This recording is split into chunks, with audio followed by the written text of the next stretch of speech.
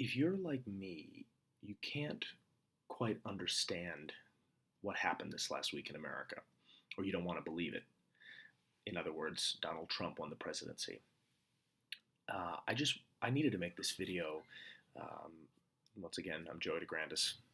If anybody sees it that doesn't know who I am, I want to make this video just to talk directly to the people who voted for Trump, who still support Trump, um, and just address a few things that I've been hearing. It's tough, guys. It's tough for not just for Hillary supporters, but for anybody that voted against Trump for reasons of personal conviction. And I could go through and name them all, but the ones that top the list for me are his campaign of hate rhetoric and racism and xenophobia and all of these terrible things. And we're all getting sick and tired of hearing them by now, but it's true. It remains true, and I am shocked and saddened personally because it was confirmation this week for me and for all of us that the nation normalized this kind of activity, that the nation essentially said, half of the nation at least, slightly under half, said that it's okay that Donald Trump has chosen to speak to us this way, has chosen to show no humility or accountability for anything that he's done, has bullied, has prodded, has gotten in catfights, has been extremely nasty and unprofessional throughout this whole election season, and we're okay with that. You know, he's demonized women and Muslims and Mexican Americans and gays, and God knows how many other minority groups feel affected by what Donald Trump has done and said. And I wanted to address that, and I wanted to say that it breaks my heart, and it's awful. And if you feel like me, you may not be over it yet. I'm not. I'm still dealing with this. I'm still processing how I feel. And so for our friends and allies who say to us, you got to get over it, or you have to accept this, or, you know, come on, don't take it that seriously. He's not going to actually do all these things that he said. To them, I say, first of all, you don't know that, which is why I didn't want him in the White House. But you have to let us grieve. You know, I'm a white American, white male American, which has its own set of privilege associated with it. But I'm also gay, and as a representative of the queer community, I'm worried about what a Trump presidency might mean for my civil rights.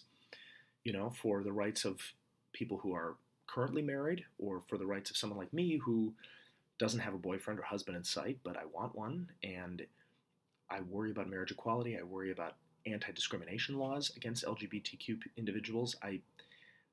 It's something that I haven't ever had to think about before in this country, that I never even gave a second thought to. I mean, for years I was arguably even unaware of who I was and what I was, but throughout the Obama administration, I never really had to worry about that. I never feared for a second what might happen to my civil rights as a United States citizen. I now actually fear this.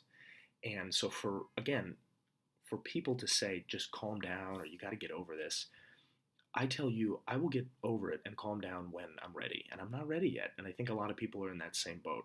So to our straight friends and allies, me as a minority representing the queer community, but this goes for any minority group in America, to your allies, remind them that the grieving process takes time. Remind them that the best thing they can do in this time and for the next couple years while he's in the White House is be our ally, be our friend.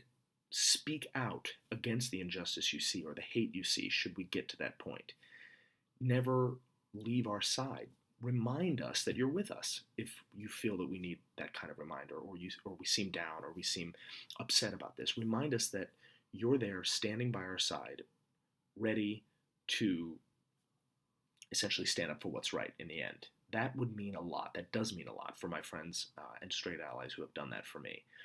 So just keep that in mind, and remember that everybody processes these things differently. And this was a tough loss. I think it was a sad day for me to realize that half of the country is essentially racist, or at least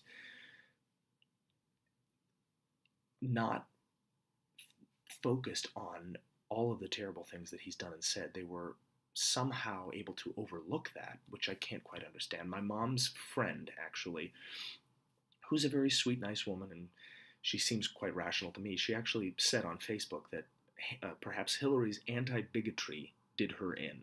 Anti-Catholic bigotry did her in. To which I say, well, yeah, because Trump is such a model Catholic, right? That's what we're dealing with.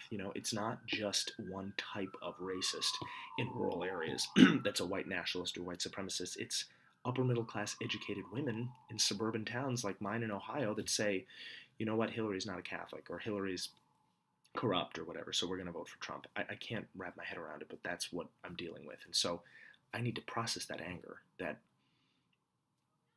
anger and that hatred that I feel toward that, and I need to deal with it because I don't want to take it out on people. I don't want to take it out on especially innocent people. I need time, and I think that if you care about your minority friends who might be affected by a Trump presidency, you need to also realize that and be sensitive to it.